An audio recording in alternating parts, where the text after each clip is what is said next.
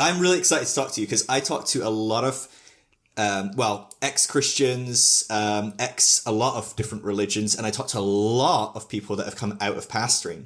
But I haven't talked of anyone that's taking your particular path. And you have quite a unique path. A lot of people I talk to have a lot of hang-ups, myself included, with purity culture, sexuality, sex, all that different stuff. And so I'm really excited to talk to you because you have clearly done some work in this area. You know? Yes, I'm excited to talk to you too about it. So yeah, so I think probably best to start off. I mean, I read that you did I've read a couple of things online about you. I don't know if that's ever a good way to find out about anyone. I've kind of like followed you for a little while on Instagram, done different things like that. But why don't you kind of give a rough overview of like maybe who you are and what you do, and then maybe we can go into the journey that brought you there. But yeah, like who is Nikole Mitchell? Great question. Nikole Mitchell is ever evolving. So right now I am a pastor turned stripper. I used to be on the pastoral team of a megachurch, and now I spend my time being paid to strip and create custom content and express myself in sensual and sexual ways. And I love it so much. And I also do life coaching business in addition to the stripping, and inside of the stripping container, I have people who sign up for that through there as well. And I'm Wow. so happy with where I'm at right now. That's awesome. It's funny to me. A lot of the pastors I talk to, many people in the world of pastoring, that's it. Like that's all they know, all they've done. And I talk to a lot of people that have like deconstructed their faith, maybe even completely deconverted and gone, I don't even believe in God at all. I'm completely atheist, or at least pretty firmly agnostic away from Christianity. And they go, but I don't really know what to do because I came out of high school into like a seminary. I was a youth pastor, then associate pastor, then a senior pastor. Like they're only lived inside this church bubble. And it's fascinating to see how different pastors approach like what next. And I think often a lot of them do kind of go down a road of things like life coaching and stuff. It feels like it's not the most incompatible thing for someone that has spent a lot of time pastoring people. What kind of pastoring did you do in this megachurch? Yeah, so we had several services because it was a mega church. So they had me on a team that did one of their weekly services on Thursday nights. And so Okay. I would prepare a sermon and lead there. And there's a team of 3 of us where we rotate. And then on special occasions, they'd have me come on the big stage on the weekends where we had 3 services. And that was always my favorite. I've always loved bright lights, big stages, large audiences. Yeah. And that was always so fun. You were born for the stage. I feel that way when I used to do a lot of public speaking before I became a lot more public about my personal faith. Less people ask you to come and speak at conferences and churches that way. I'm sure you've probably experienced this as well. Very, very small audience of churches that want you to come and speak now, I'm sure. Yes. But there is something about it. And I'm introverted as well. Like people would not put 2 and 2 together, but there's something about getting on a stage, holding a microphone, seeing expecting faces and going, I'm going to be a part of helping these people move forward in their lives, change, grow, whatever. That's a great feeling. It's an amazing feeling. Such a good feeling. Yes. So how did you end up becoming a pastor? Was that something you always wanted to do, or did you kind of stumble into it, or? Great question. And so Because funny female that you're pastor teaching as well, like not just, the female pastor, well, you get to teach the like kids under 13 maybe, or maybe you could do the women's ministry, but you were teaching, right? I mean, men were there. Yes, I'm laughing because you're speaking my childhood experience. Um, yes, I grew up in the Baptist community here in the US, Wow. and I was definitely taught that women cannot teach men. And there was always a debate about what point does a boy become too old for a woman to teach. It's so ridiculous now.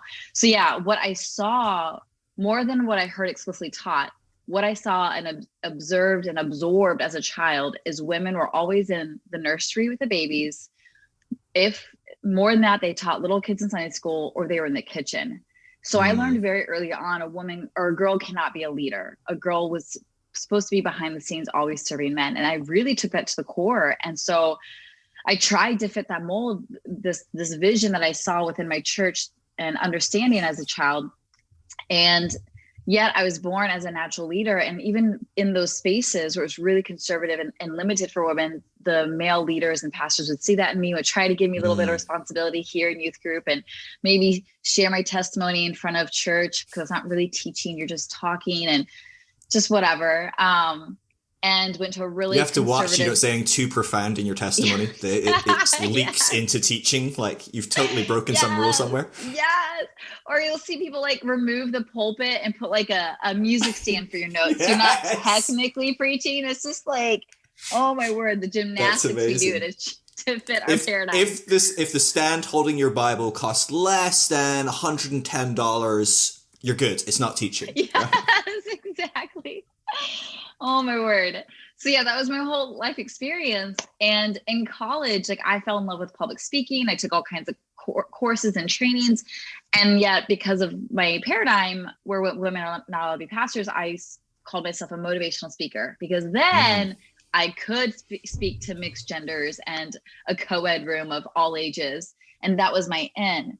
But I had a deep passion for theology and Jesus and God. And so it's like, I'll weave it into my public speaking messages.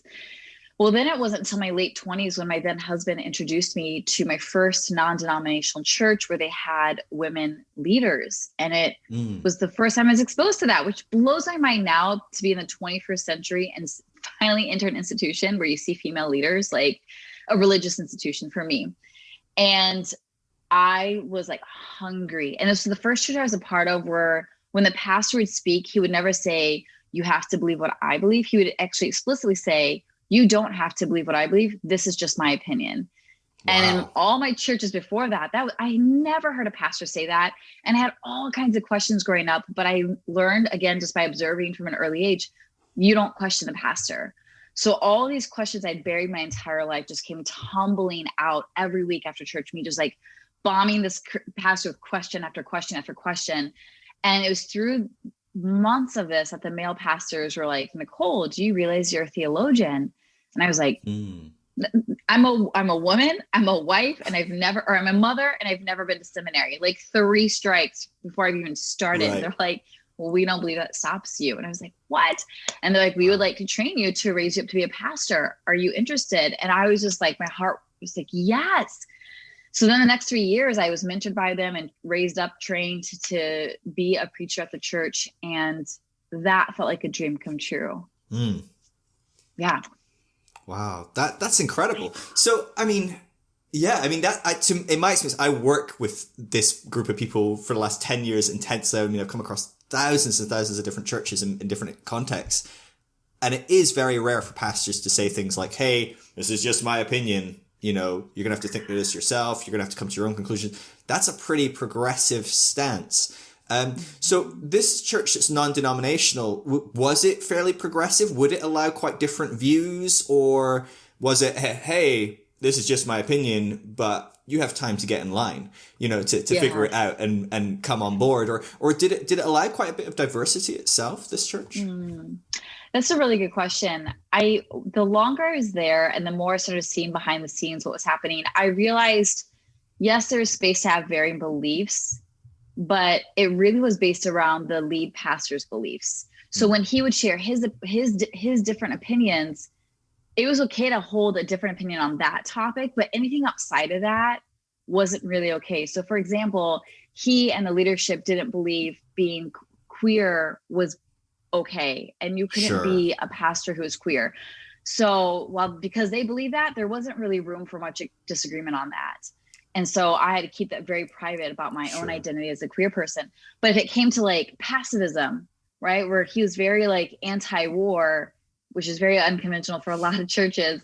And so it's okay to have like different beliefs there. Yeah. So it really did center around the lead pastor's passions and beliefs, which is fine to a degree because you're the lead pastor, but also doesn't actually cultivate the space for everyone to kind of unpack what they were taught to believe and reconstruct a belief system that works for them. It was very much formed around this pastor's personality and preferences. Sure. And presumably this pastor isn't like, on Easter going, and then Jesus died and rose again. Well, that's my belief. You can, like certain things were kind of no-go topic, like maybe, LGBTQ plus affirming not a place we're going to go. That's not on the table. We're not having this conversation. So you mentioned that you identified as queer. Was that something that you had always kind of known, always understood of yourself, and just kind of suppressed? I mean, growing up Baptist, that's not the greatest way to kind of like explore that and understand that. Is that fair to say that you hadn't kind of overly kind of looked at that in that context? Right. I totally wish I had grown up knowing it. My life would be so different right now. And sometimes I do fantasize about it, but I can't go there too much because I think there's a little grief there. So I did not realize I was queer until in my 30s, early 30s. Wow. And it wasn't until several years into my marriage to a cishet man. So my whole life, I thought I was straight, super into men. And then once like this light bulb went off, I like looked back at my life and I was like, oh my word, there's clues every step of the way from early elementary, like little kid, where I knew I was like into women, into different genders beyond just the binary male and female. And yet because I didn't have the vocabulary for it, I didn't have the conversation around it. I had no idea what to do with it. So I think I just felt it and moved on and didn't do much with it, but it was always there. And I felt like it was a late coming home to myself. And really it's been the past 4 years, because I just realized it in 2016. The last 4 years has just been one long continuous journey home to myself. And I've never felt more embodied and more expressed as my truest, authentic self. But there is a little grief there of the experiences and life I could have had I known my queerness earlier on. Sure. I mean, it's such a complex topic because, of course, I mean, presuming your age to be around 30s, I don't know your age, but, assuming you're probably around the same age as me, I don't know what age I'm, 35, turning 36 soon. Okay. We grew up kind of in that window where sexuality and gender was really just emerging as a conversation and something that people were really looking at, exploring and kind of trying to unpack as a socially constructed concept. And I mean, even if we were outside the church, you go back and you read the literature from the late 80s, early 90s, and you go, gosh, these guys were figuring it out, some of the most important literature in regarding gender.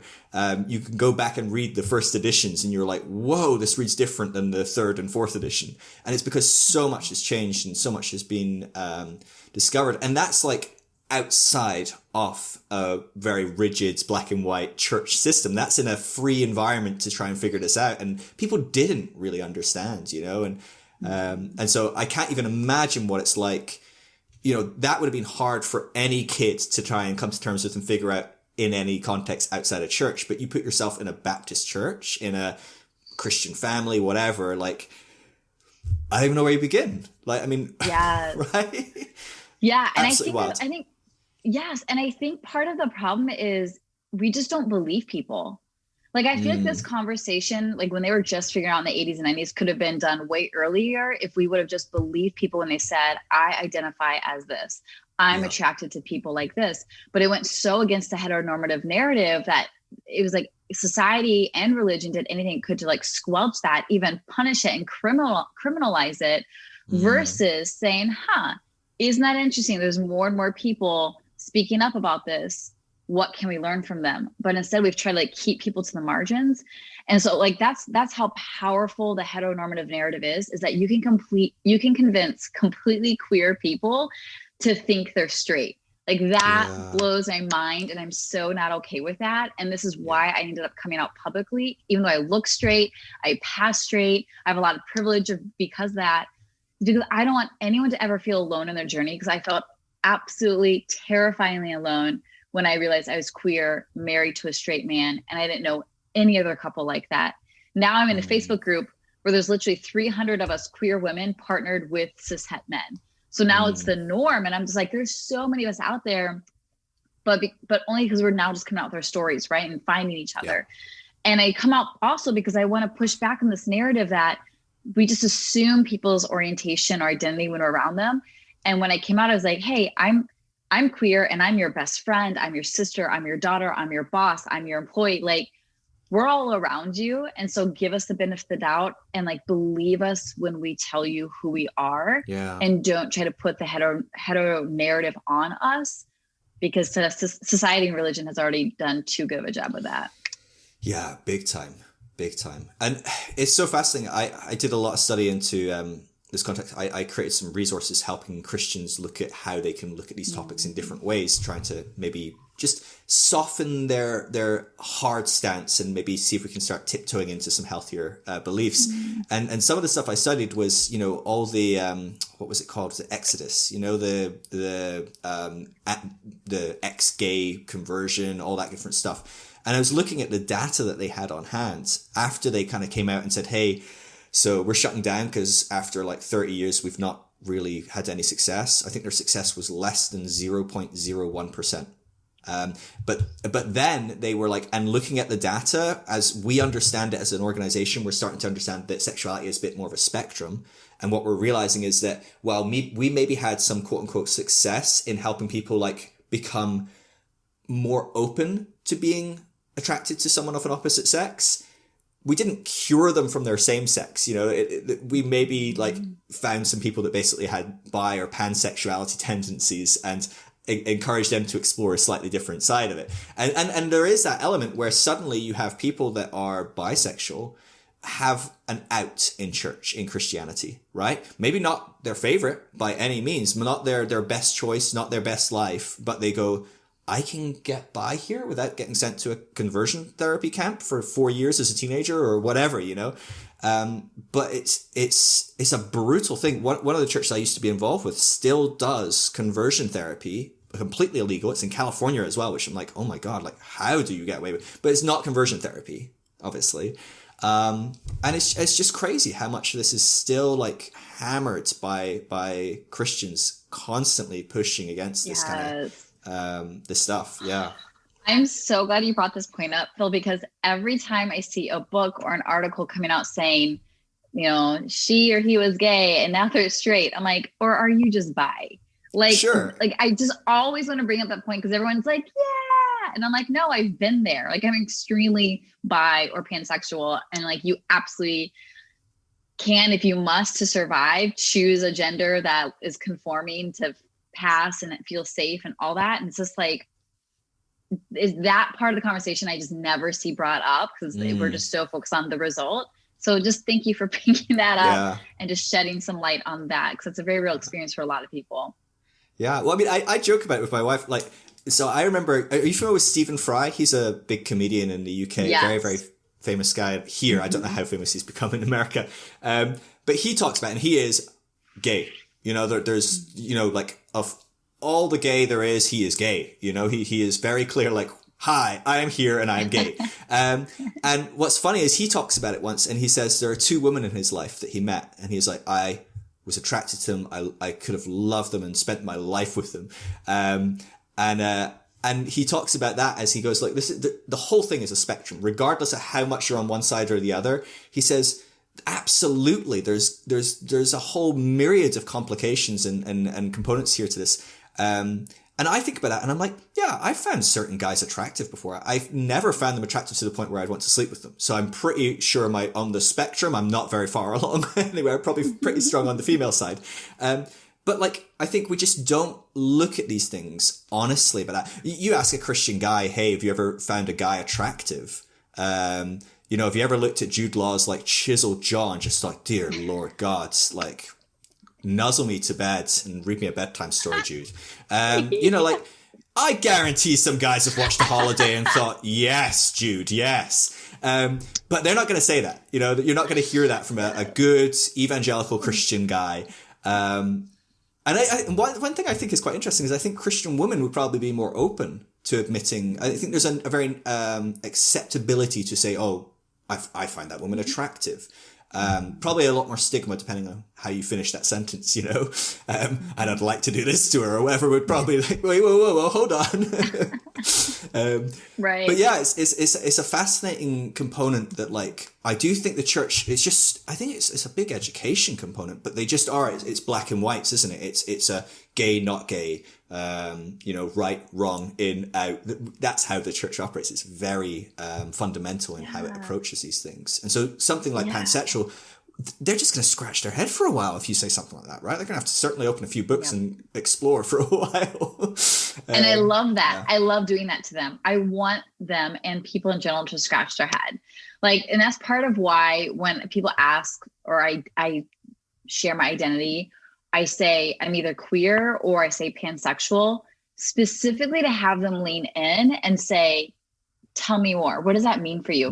Because if I said I was gay, which I'm not, but if I said I was gay or even bisexual, people have a pretty quick assumption of what that means. Right. And so it becomes an end point versus for me, it's a beginning point. And so I want you to lean in. I want you to have a conversation. And I always tell people queer and pan means different for every person. So ask that person, what does that mean for you? Because we're so quick to assume. So when people do scratch their heads, I'm like, yay, I'm doing my job. I'm having them like question their beliefs and like learn something new by leaning into a real person in real time and hopefully believe what they're saying.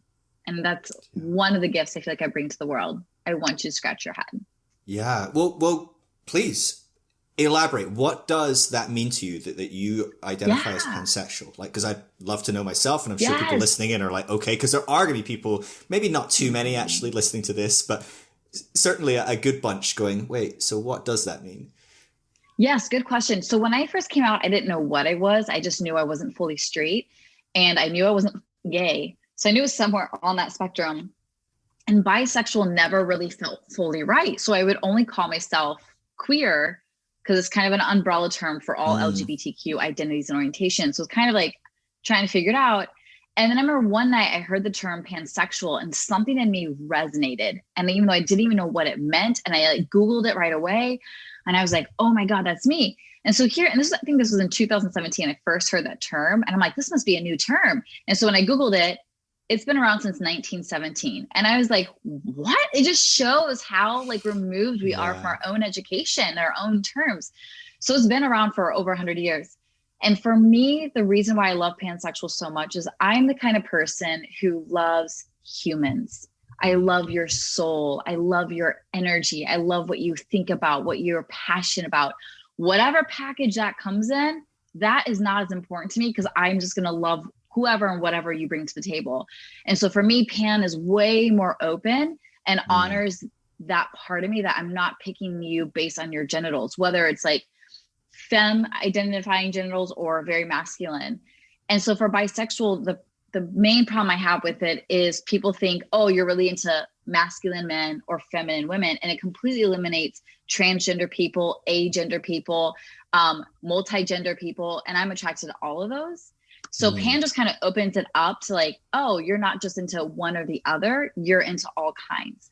With that said, just like everyone else, I have preferences, right? So my like ideal person I'd love to date is like an androgynous woman.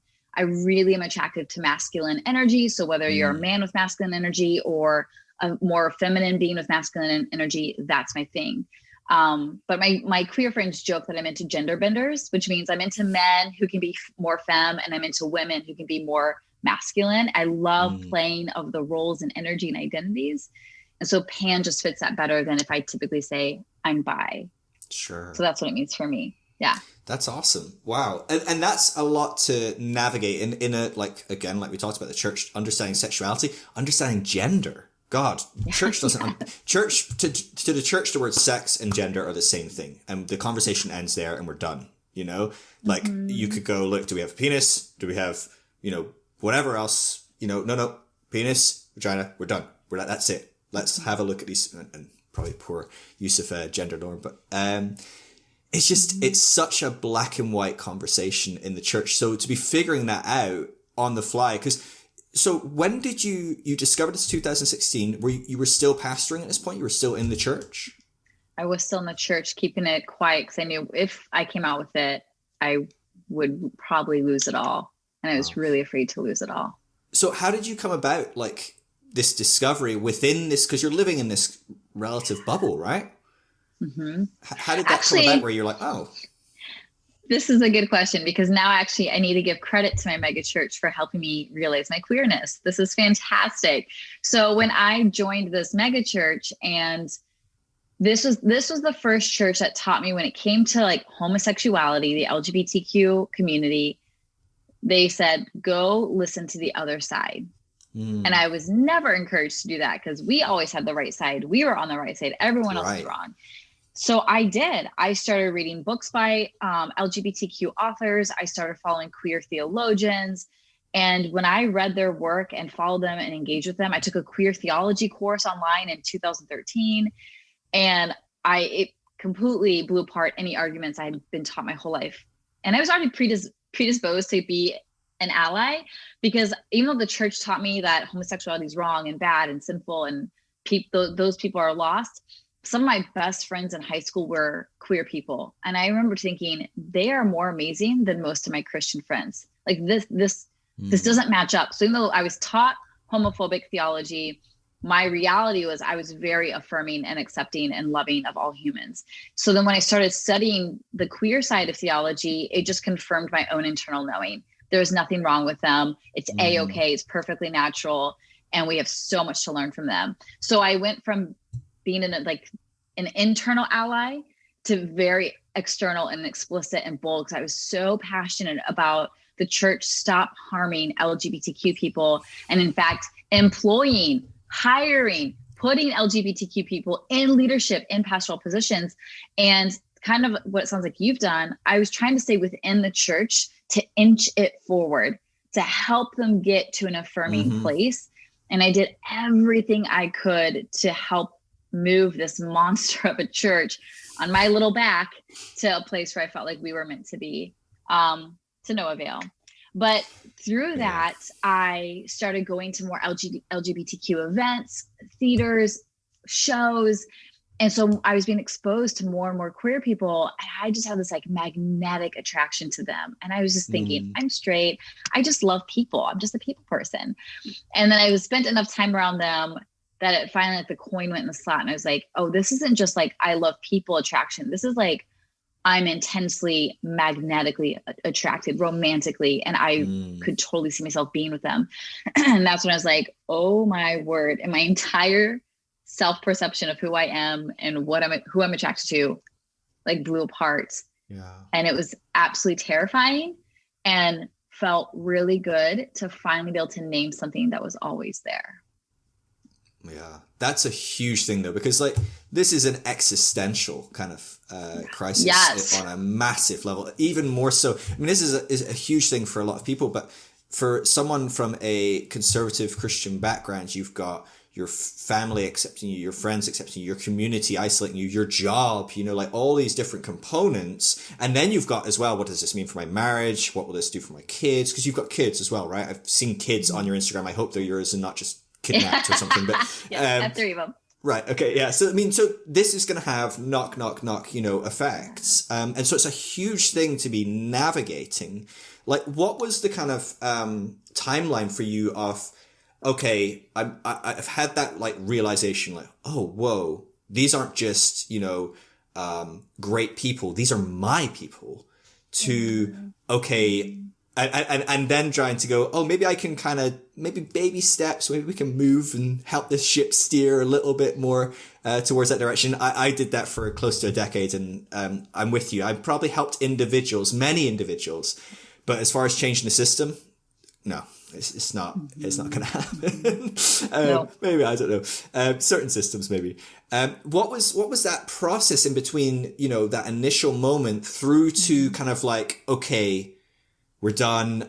I need to come out as being myself, being fully authentic, you know, being able to be open about where I'm at, what's going on, probably letting a lot of things in the process die. You know, there's a definite death and grieving and all sorts of stuff that goes in there. Like, how did you navigate that process? And like, how long did that get drawn out for? Was that an extensive period for you? Yes. That's a great question, Phil. And I appreciate you obviously have a lot of experience and knowledge in this area, because I think when people on the outside heard my story, and even to this day hear my story, they just think like, oh, she threw it all away. She's so heartless. She doesn't think anything through. But it's exactly like that. It's like, I have thought everything through to the nth degree, because it cost me, I knew it was going to cost me so much, right? My church, my family, my friends, possibly my marriage, my children, every facet of my life was going to be permanently affected if I decided to own my identity and come out publicly with it. Yeah. And so I did a lot of thinking, a lot of crying, a lot of praying, a lot of strategizing in order to try to make this transition possible, smooth, and life-giving. But anyone who decides to come out about anything, their gender, their orientation, their change in their faith, anything, I always want to tell people, give them the benefit of the doubt that they have thought the most about it, more than you ever will in your lifetime, because you're the one who's not doing it. Yeah. Right. They've got the skin in the game here. Yes. And so that happened to me. Like, there's about a week there when I realized my queerness in 2016, where I literally thought, take it to the grave. Take it to the grave. You look straight, you pass straight. No one needs to know. And I just like, that's so funny. Why is it funny? Laughing. Like, I don't know. There's just a thing of like, nope, too much cost. All right, chin up, Nikole. Let's do this. We can do this. It's mild misery, but it's easier than total misery. Let's just keep going. Like, I laugh because I've been there. Everyone I know has been there. They've had that moment thought of like, no, yeah, I'll just, this isn't too bad. I can chin up and just keep going. Oh my God. It's like so sad, isn't it? Cause it's like, sorry, I don't mean to laugh at your intense trauma. No, I love it. I love it. I love it. Cause you're right. Everyone can relate to that. Like, do I just want to be miserable the rest of my life, or like, which misery are you going to choose? Yeah. And so when I had that thought of like, take it to the grave, like part of my soul died, because I'm such an authentic soul. And even if I stayed in my marriage and like we kept the appearance and the structure of everything as is, there would be something in me that would have died, because I'm lying. And I just can't do that as Nikole. And that's just for me. That is not for all queer people. Coming out is every single person's own right and decision in their own time. And so, but the one person I knew I could tell and who would absolutely support me was my husband. He's just that kind of soul. So I had zero fear telling him. And when I did tell him one night, his response was, that's awesome. I think that's perfectly normal and healthy. And I'm so happy for you. Wow. And I just wept, because I just needed that. I just needed someone outside of me to like reflect back to me my own inherent goodness. And he held me and he loved me, and he just fiercely supported me. Like, whatever you want, I'm here to back you up. Wow. And so for the next year, I just slowly came out to my very small inner circle, which was really, really hard, because I knew I was going to lose some friendships in the process and family members. And it was about a year after that like I'd come out to enough close people that I felt like I had enough people to have my back to come out publicly.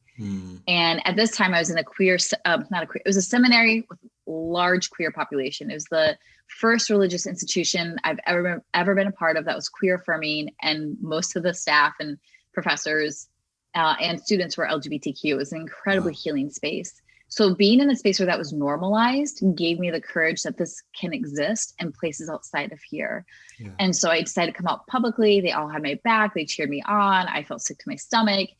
And then once it's out there, then it became an even longer journey of answering people's questions, deciding not to answer people's questions, navigating really hard conversations with friends, family, complete strangers. And because when you do come out, there's a lot of pressure to have it all figured out. Well, what's this mean for your marriage? What's this mean for your children? And it's like, I don't know. All I do know is this thing about me, and I have the desire and the need to share it. I need space now to figure it out. And there's a lot of pressure to pretend like you know what's going to happen. And if you go back to looking at my coming out YouTube series, I even said, oh, my husband and I, we're never going to get divorced. We're totally staying together. And fast forward 3 years and we're divorced. I did not see that coming. So we try so hard to just assume we know exactly how it's going to go down and we have it all figured out. But I think what a lot of us need as all humans, not just LGBTQ people, is space to continually evolve and figure out what is best and right and true for you. Yeah. Wow. That's beautiful. It's amazing that you were able to find a community and people around you to do this alongside. I mean, whatever it is, something as so integral as something like sexuality or faith, when you're coming out with something that is such a part of who you are and who you have been your whole life, and you're coming out into groups that are radically different, it makes the world of difference already knowing, oh, if this shit goes down and this goes to total hell, I've got 20 people over there that'll hug me, or I've got one person that'll send me a text going, don't worry, or whatever. And those groups of people, was it mostly from your kind of like the seminary you're a part of now, or were there people within this church community that you were a part of that were kind of like, oh yeah, that's okay, or did the work to kind of understand where you were coming from? What was the general response from like your close kind of Christian friends? Yeah, good question. No, and you're right in the sense, like, it is really important, I think, for every person to have one person who has your back and is going to support you, especially when you're going through a major life transition, whatever that looks like.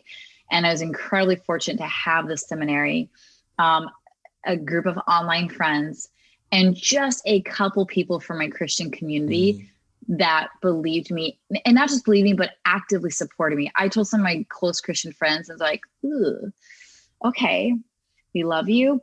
But, and I didn't want but in there. I wanted them to be like, Nikole, we are for you all the way. So that took my huge Christian community to a really, really small few people. And I had just to decide that was enough.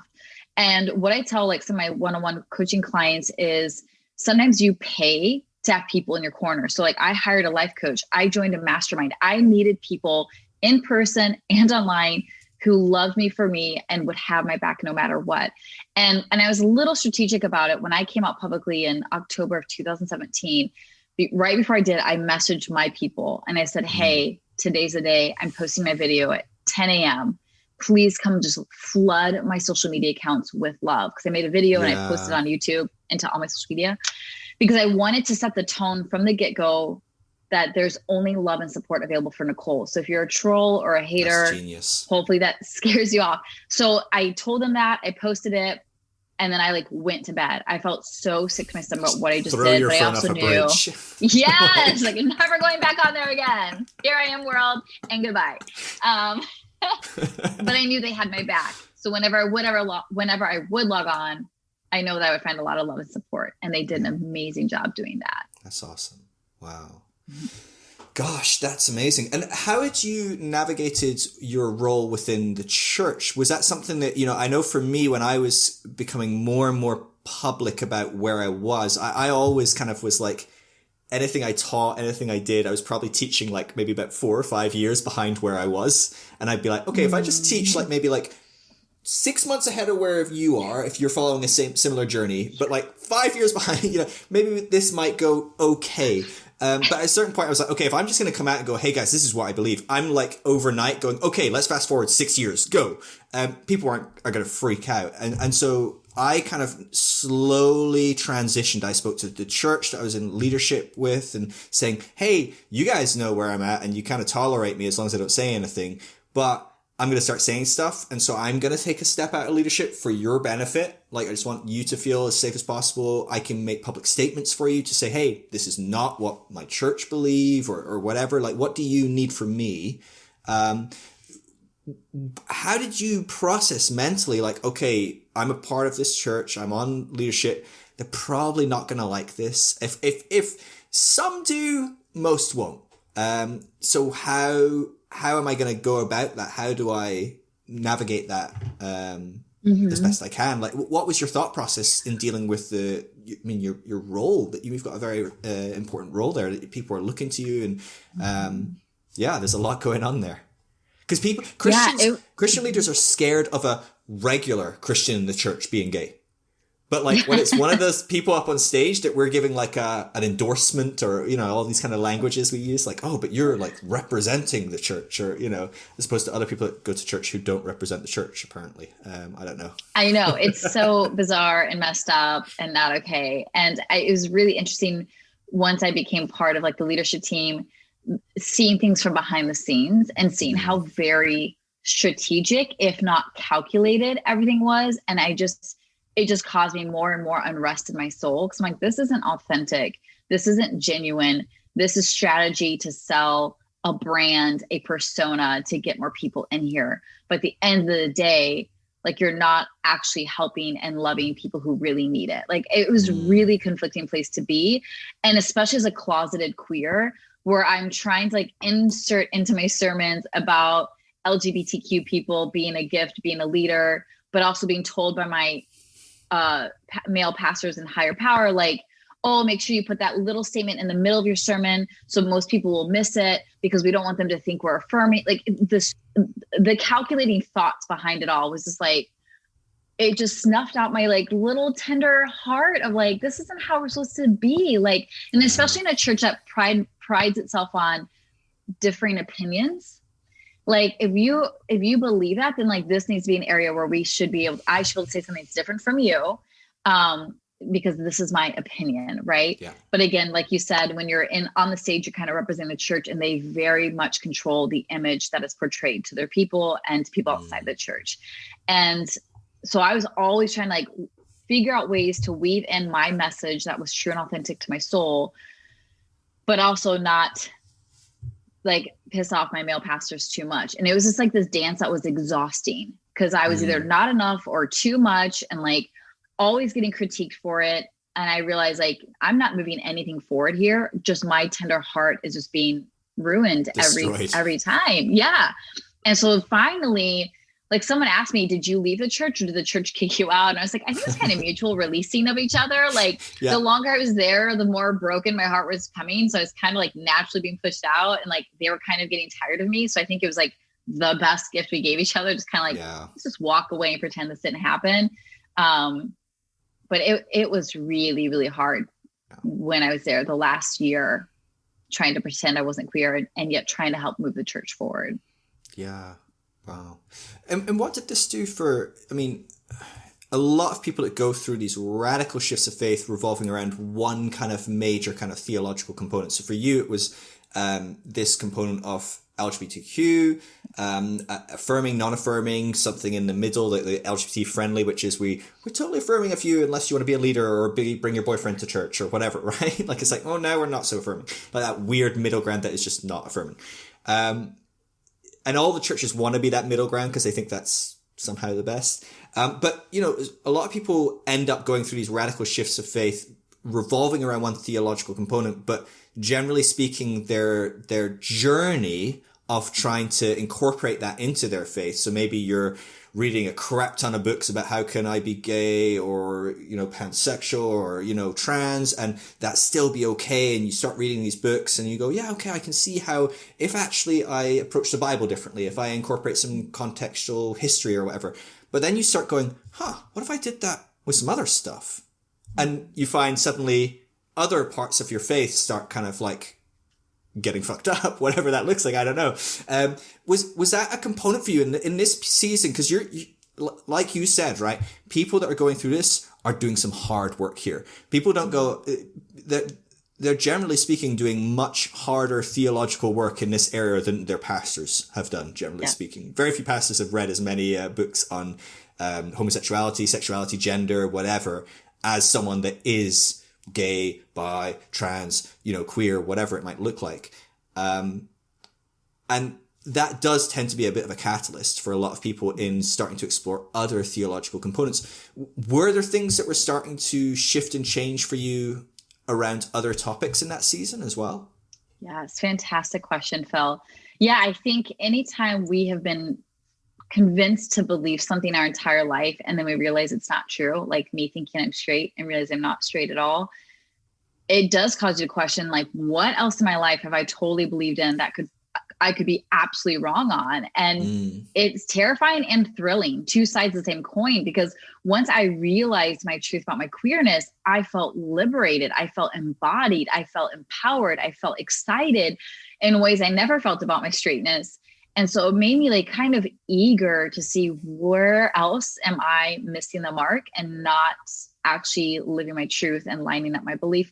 And that's the beauty of like when you start doing any kind of reading or research on any topic, it's kind of a rabbit trail. They recommend this book or this resource or this author, or this conference. And so my whole horizons began to open up and expand. And I just became a lot more loose with my beliefs, things that I was taught to hold on so dearly. I found were actually constricting this one area of my life. And so in case they're constricting other areas of my life, I'm just going to open it up. And what happened in that process is I went from spending my whole life checking my beliefs according to everyone else outside of me. What does my pastor think? What do my parents think? What does this church I'm a part of think? Like, and I would try to fit that, and I flipped it. I was like, okay, what do I think? What do I feel? What do I believe? And is there a space out there where that's already existing, or am I completely off the rocker here? Am I crazy? And so now, even with my children, when they're like, Mom, is Santa real? And I'm like, well, when I was a little girl, I used to think Santa was real, but now I don't think he is. What do you think? Oh, I totally think he's real. Okay, cool. So I'm already trying to have them turn inward and like check in with their intuition and their inner knowing, so that that can be their guiding compass as they navigate all these beliefs and systems and structures that are out here. But because if you lose sight of this, you're just going to be tossed about by everyone's opinion on who you should be, what you should do, who you should love, all the things. So now, I mean, I'm in a completely different place theologically and spiritually than I was even just a couple of years ago. But it all started when I started turning inward to my intuition, to what I believe is my connection to God, and less to the external noise of other people's opinions and beliefs and expectations. And that's probably been one of the most radical and most healing things I've ever done. Yeah, absolutely. I can well imagine it. That.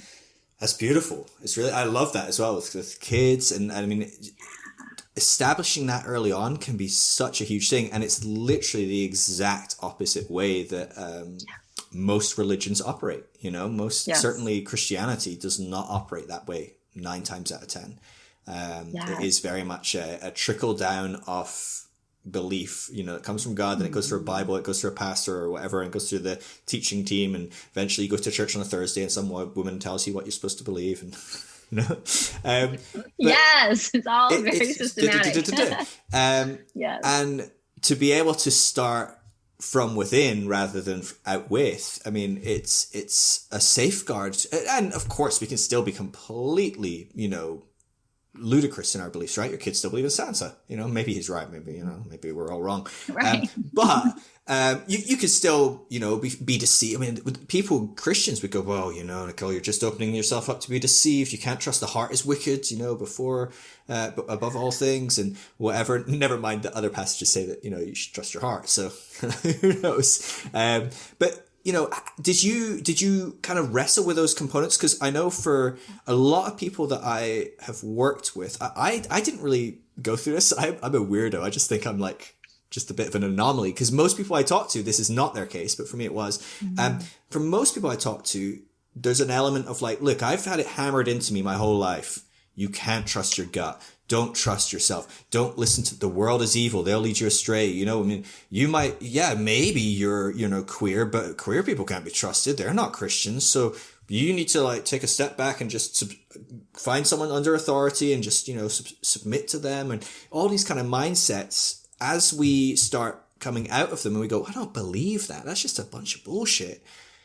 But on some level, I still believe it. And I've got this nagging voice bugging me the whole time going, Phil, dude, you're going off the deep end. What if you're wrong? Maybe you're going to go to hell, you know, whatever it is. How did you navigate kind of that component of coming out, but still on some level having that nagging inner voice that probably still speaks very Christian? Yes. Fantastic question. It was a really intense struggle because precisely as you said, I've been taught my entire life, the one thing you cannot trust is yourself. You need a middleman, Nikole. You need a pastor. You need Jesus. You need scripture. You need something, because you in and of yourself are not trustworthy. You are sinful. You are wicked. You're utterly deceitful. And so it was absolutely terrifying to like push away from outside voices and the middlemen and like start listening to myself, thinking I was being rebellious and being dumb, being led astray. So part of how I navigated that was I actually hired a life coach, right? I wanted to like, how do you live your best life when like you've been told your whole life who to be and what to think, but it's not actually jiving with your inner truth. And like, who is right? Are they right? Am I right? Are we both completely wrong? And so I started spending more time with and hiring people who lived life based on their intuition. So if I can see people following their intuition, living happy, healthy, successful, thriving lives, to me, the evidence would speak for itself. Because I was at a point in my life where I had done the whole listen to everyone but yourself, and I was absolutely miserable. Like I had been lied to about who I thought I was in my identity and orientation. My voice was constantly overlooked. I always felt like nauseous. I had really bad anxiety and depression. And now that I am where I am, the main reason for all of that is because I had been cut off from my own voice. I had been cut off from my own knowing. Yeah. And I was just like this inner turmoil of just trying to please everyone at cost to myself. And so when I started spending more time with people who lived life based on their intuition and how beautiful their life was and how their outsides matched their insides and their insides matched their outsides, and there's this complete unification. There was no fragmentation. There was no cognitive dissonance. They were who they were inside out. And I was just like, I can't even imagine how beautiful it must be and feel and live to have a life like that. And so seeing them go first and cultivate a life based on their inner knowing gave me the courage, keep going. There might be something here. Yeah. Now that I'm here, where my entire life is based on my intuition, on my heart's desires, and I'm the happiest, healthiest, wealthiest I've ever been, which is enough proof for me. I now see that old way of being as a power play.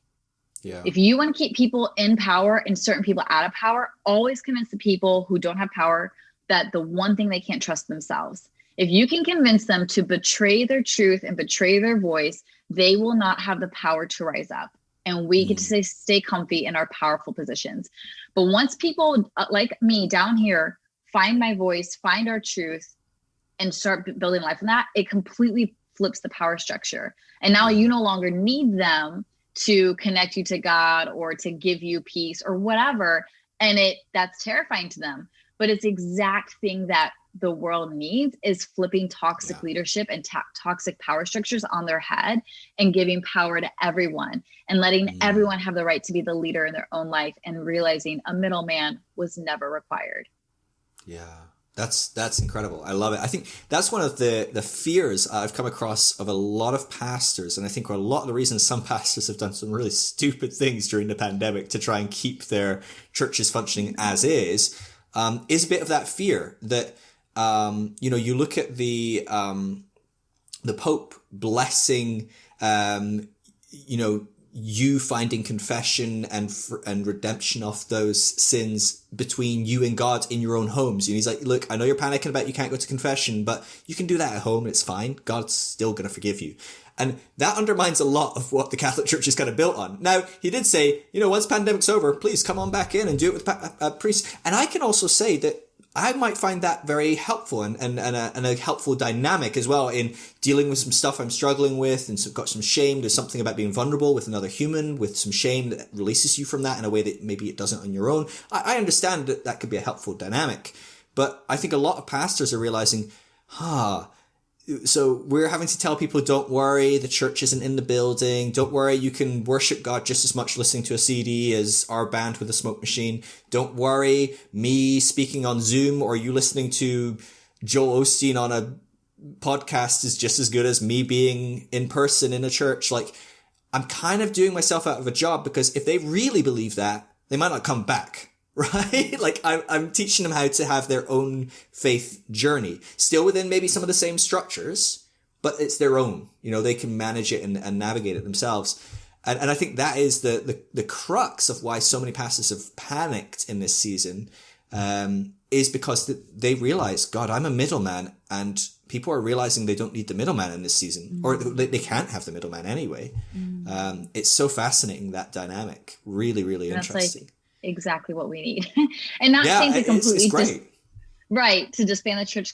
One thing I do miss, because I left the church 3 years ago and I've not gone back, is I miss the community where there's a group of people who know who you are. They check in on your babies. They throw you baby showers. They help you when you move. Like, there is a real element of community I miss.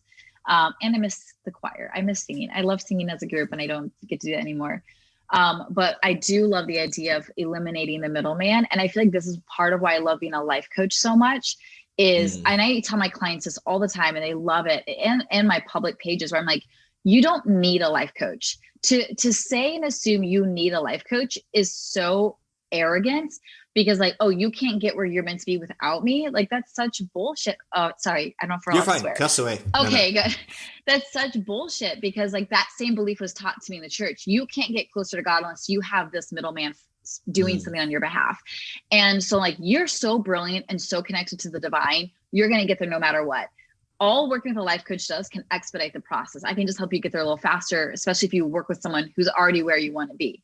Right. And so I love that I get like a lot of my work as a life coach is helping walk people home to themselves and eliminating any middleman. Cause I'm not even the middleman, because I keep pointing them back to their truth. I keep pointing them back to their power. And it's so healing for everyone I work with, because we've all to some degree have been taught to be powerless or to not have much of a voice, not take up space, not ruffle feathers. And to have someone by your side who says, what do you want to do? What is your intuition saying? Yeah. Now go do that thing and I've got you. It's so healing and empowering.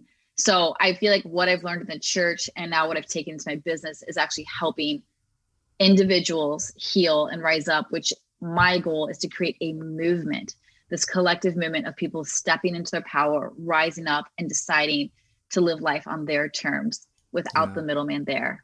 And it's a beautiful thing to be a part of. Yeah, absolutely. I mean, that's one of the things. I've done very, very limited training in coaching, and I never really did it. Particularly, I did some for about 6 months. But in my experience, it's very much the person coming to you as a coach is the boss. You're just asking insightful questions. You're, encouraging them that they know the best and to dig deep and to come up to those conclusions. You're not the person making the decisions here. You're not telling them this is what you should do, or this is what you should believe, or that's wrong, or that's right.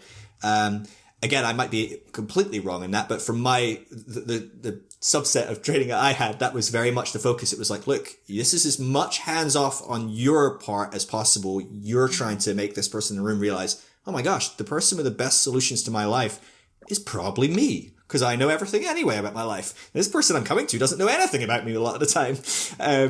And it's a beautiful way to approach life. And it's the exact opposite way that a lot of people in church leadership operate. They do act like, oh, I know everything that's best for you. I know you somehow. I mean, God knows, especially you go to something like a mega church as well. The pastor has no idea who you are most of the time, right?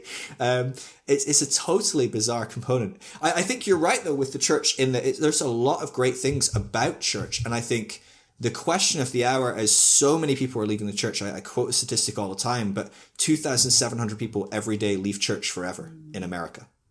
2,700 every day forever, never to go back to a church. That is such a high number. And it's the fastest growing spiritual movement in America.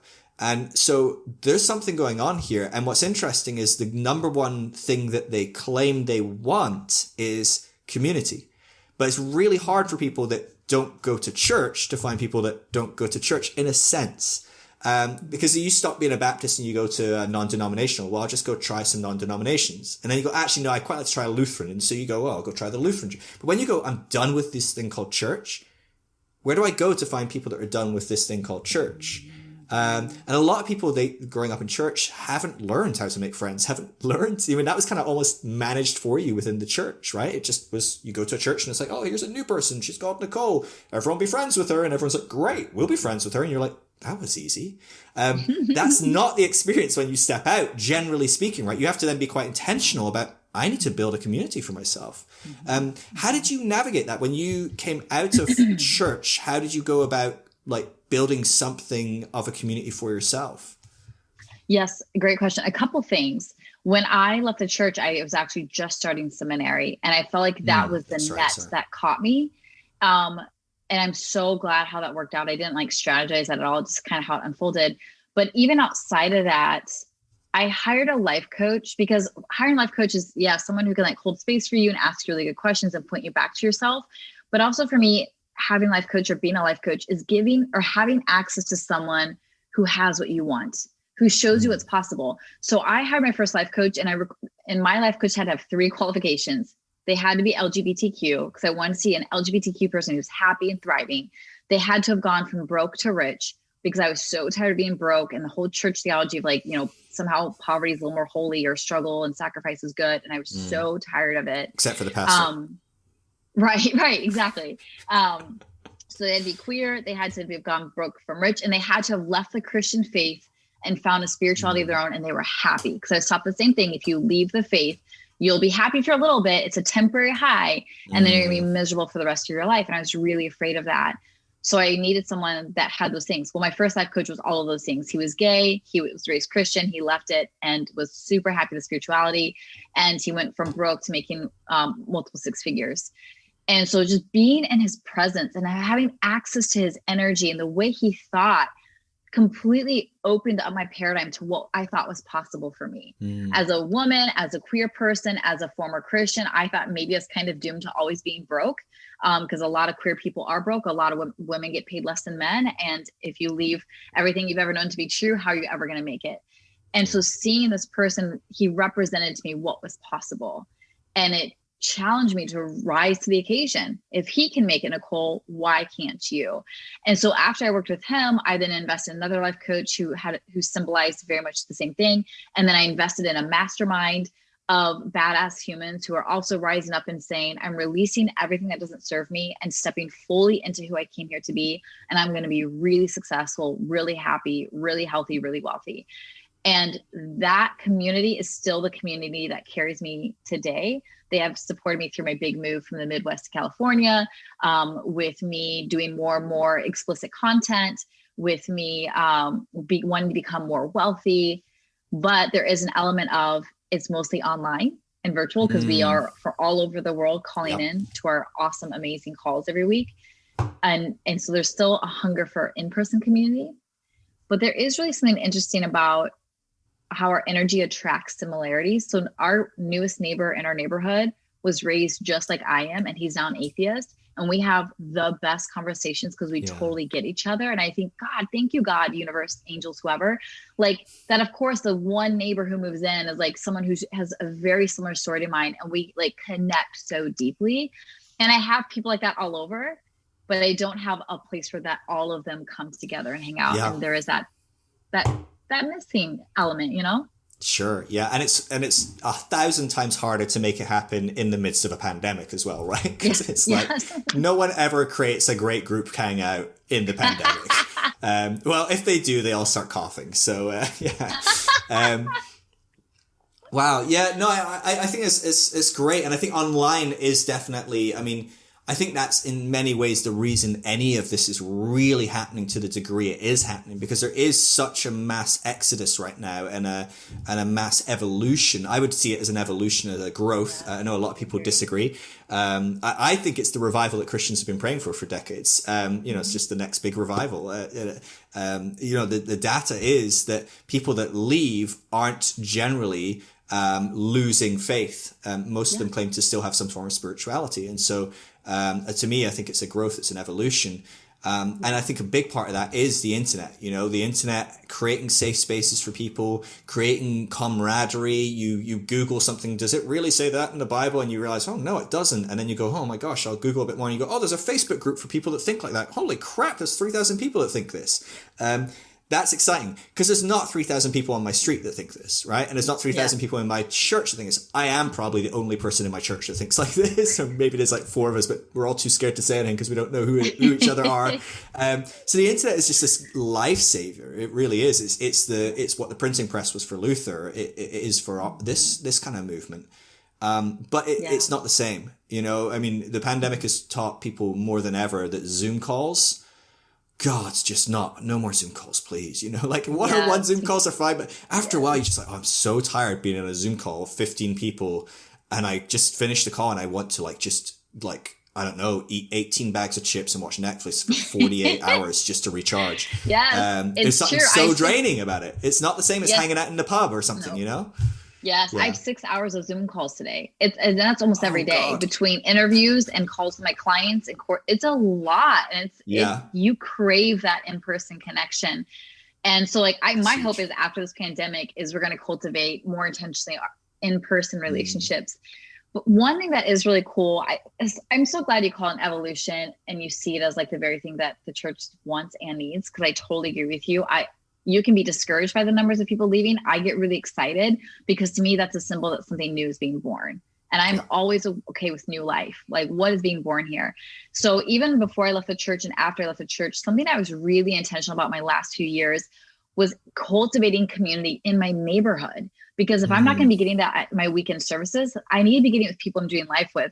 So every day I was literally taking walks around my neighborhood, and any human that was outside, I would like, hey, like these poor people, like unbeknownst to them, I'm like, like, let's be friends. And they're like, That's okay, so funny. weirdo. But for like day after day, week after week, month after month, it literally took me years to build rapport and trust. I wasn't just crazy, but I genuinely cared about them. And after about like 3 or 4 years of like doing this, and then if I somehow missed my daily walk and I'd come out later, they'd be like, we missed you yesterday. Where were you? And I was like, oh my gosh, it's working. Then I was like, what do you think about doing a get together? So then we started doing quarterly get-togethers where we would all take turns hosting. And so we went from this very scattered, independent, slightly isolated neighborhood, which is true for a lot of places, to where we are all messaging each other and who's going to cook this, who's bringing that, and it was really amazing to see what is possible if we're willing to be intentional about cultivating community where we are. And so that's now that I'm new to California, I've been here for a year. That's what I'm trying to do here, is take the space where it's easy to say hi and go in the house to like, how can we be more intentional about getting together or cultivating community and connection in the midst of a pandemic, in the midst of a mass exodus slash evolution. And I think we're going to create some really beautiful things in the process. Yeah, absolutely. I think we talk about the past in this kind of forlorn, like, oh, the great past that we've lost. The glory days. Most of us, that, if we actually looked in the past, none of us would want to live in those times. But there is something kind of nostalgic about this idea of people living in more small kind of cliqued communities, with just 100 people or so, and everyone knows everyone, and that can have a downside to the upside as well. But there is something about that we all, maybe we watch a TV show and everyone's in this little village and we're like, oh, it would be nice, and you all go to the same shop or the same coffee shop and you all bump into each other and you know each other's names, like kind of what you're saying. There's something about that I think we're just wired for it, right? Evolutionarily, we were built to be in smaller groups of people. That's as many as we can have a healthy relationship with. It's as many as we can kind of keep up with and keep happy and connected and whatever. And I think there's something about doing that locally that makes a big change, right? You moved to California. I'm super jealous because I miss California every day of my life. I now live in the UK again, and God, I'm looking at sun. It's just grey and it's cold, and I miss California. But in our area where we are, my wife discovered this app. It's called like Nextdoor. I don't know if it's in the States, but in the UK it's great. And it literally is just kind of like a small radius around your house, like 0.5 miles. And it's like just a bulletin board that you can kind of post and say, hey, like, does anyone, I posted the other day and I was like, hey, does anyone have a dog that they'd like to someone to sit while they go to work? Because I want a dog, but we can't really justify getting a dog. It's just a very big commitment. And I was like, I could look after a dog 2 days a week though. That would be pretty awesome. Win-win. And so I posted that and 3 or 4 people were like, that would be amazing. How much would you charge? I'm like, oh no, I just like to do it. I'm like, cool. And so now I'm looking after this dog and I'm like, that was easy. And now I know this new person and I've met them and I've met their daughter, and their daughter goes rock climbing. And I'm like, oh, me and my wife go rock climbing. Do you go often? She said, well, I don't really have anyone to go with. I'm like, you could come with us and our friends if you want some time. And, it's just these like little knock-on effects that are just so natural and so powerful and so meaningful. And it doesn't have to be, hey, we all agree that the gays are bad, right? Or, hey, we all agree that, you have to worship Jesus on a Sunday, right? Or whatever. It's just hey, you're a human being and me too. Cool. That's enough. There's something really beautiful about that. And I think it needs intentionality and training that most of us haven't had, especially when we've grown up in these kind of communities that are already pre-made for us.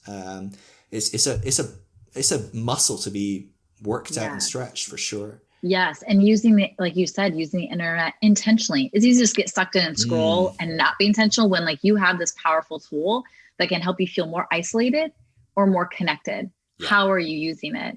So you can use it just to scroll and numb yourself out, or you can use it to do Nextdoor and find ways to connect based on your heart's desire. Look at that, Phil. Like, what a beautiful example where you have this heart's desire. Like, I want a dog, can't own it. Maybe I'll see if someone has a dog, I can dox it.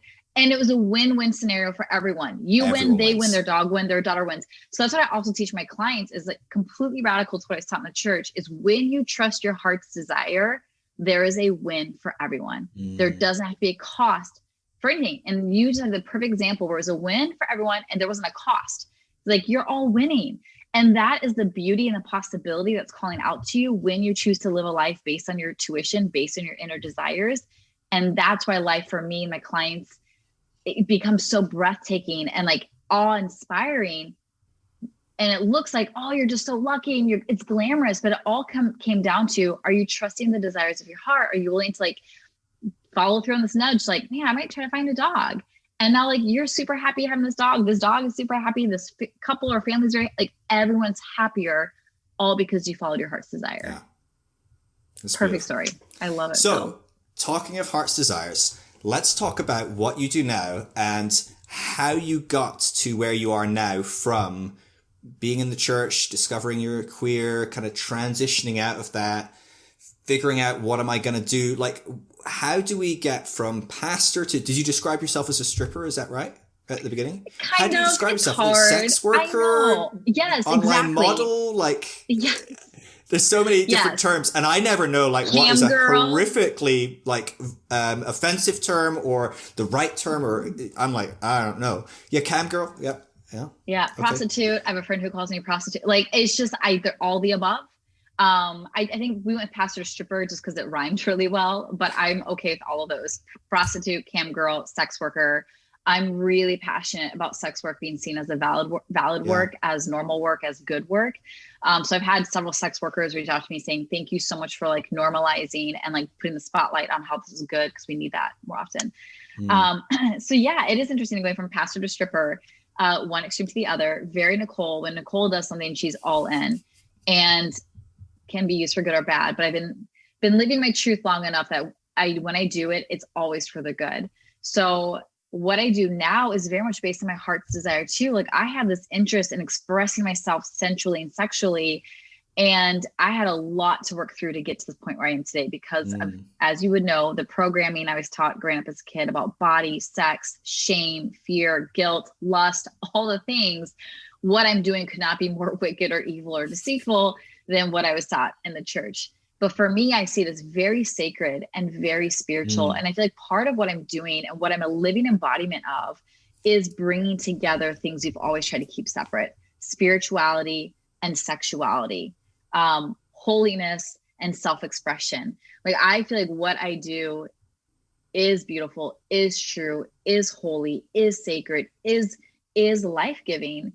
And anyone who just glances at it on a surface level would just see like, oh, she's attention seeking, she had daddy issues. I've been like, oh, who molested you to make you do this? Like, people have said really awful things, which blows my mind that at the end of the day, we are so terrified of a woman who knows what she wants and lets herself have it.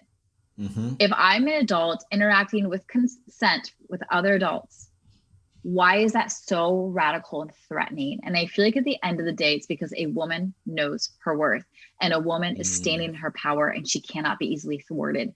That's terrifying to systems and powers that be. Absolutely. Because that's at the end of the day, it's all it is. I know what I want and I let myself have it, and I don't have judgment or shame or guilt around it. And I think there is such a collective hunger to live that way that when people see it in me, it either inspires them or it absolutely triggers them. But for me, I'm like, all it is me representing what is possible for you.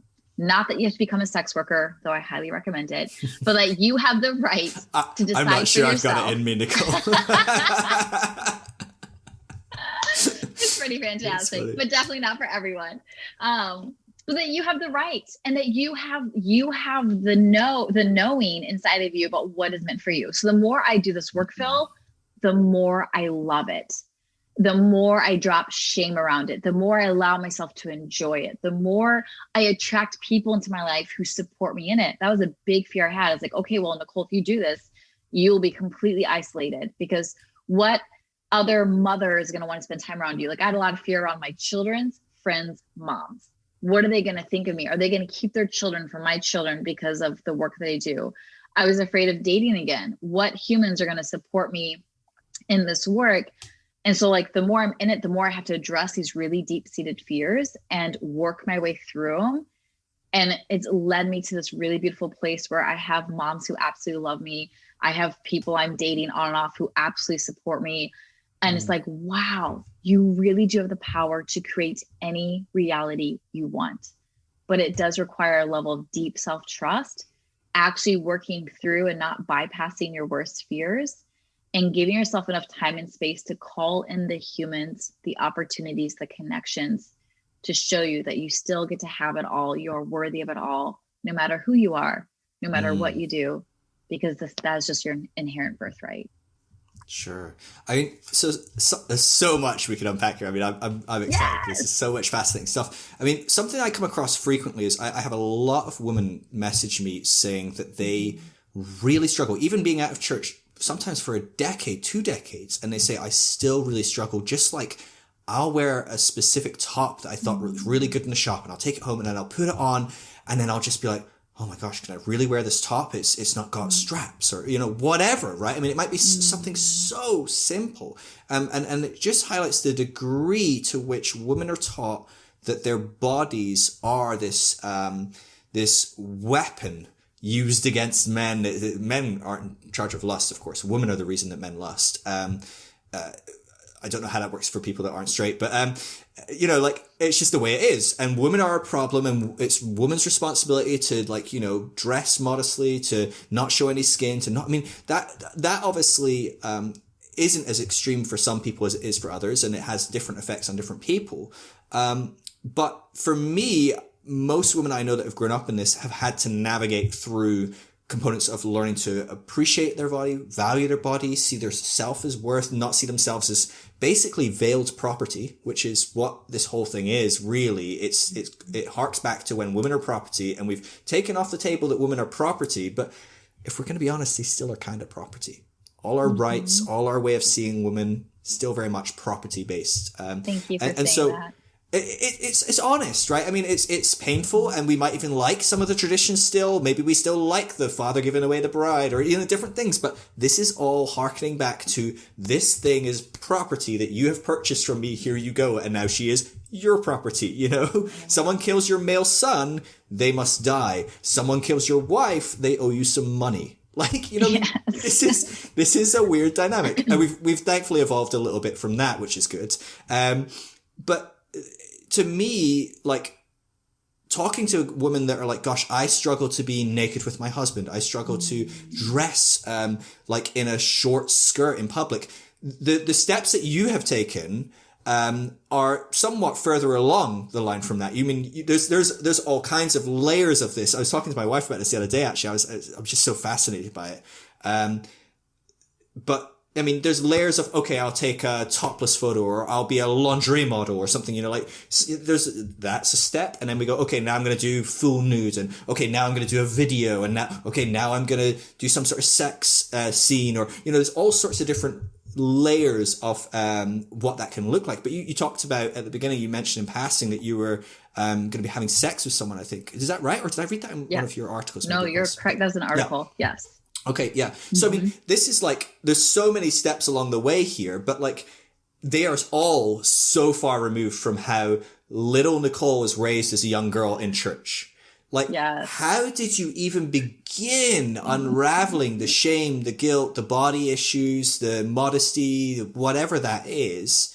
Talk me through some of that. I love this. I love this so much, Phil.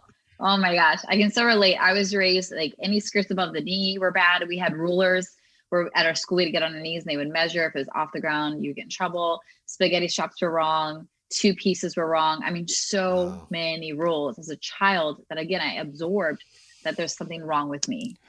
Maybe not with the way we perceive girls and women. And this is something else I find really fascinating about us humans is I truly believe we know at a young age who we really are, what we actually want to do before society, family, religion throw things on us. So my whole life, I've very few friends, I would say to them, and they would know, I've always wanted to be a stripper. I've always wanted to dance on bar tops. I've always wanted to be that kind of person, but quickly learned you can't say that in church. So these desires I stuffed down, but some of my favorite movies, in college, one of my favorite movies was Coyote Ugly. I was literally thinking of Coyote Ugly when you were saying dance on bar tops. So I was like, yes. Yes. Dancing on the bar top is just that. I remember seeing that. I'm like, I loved it. And my guy friends in college took the movie from me because they said, this is not appropriate for you.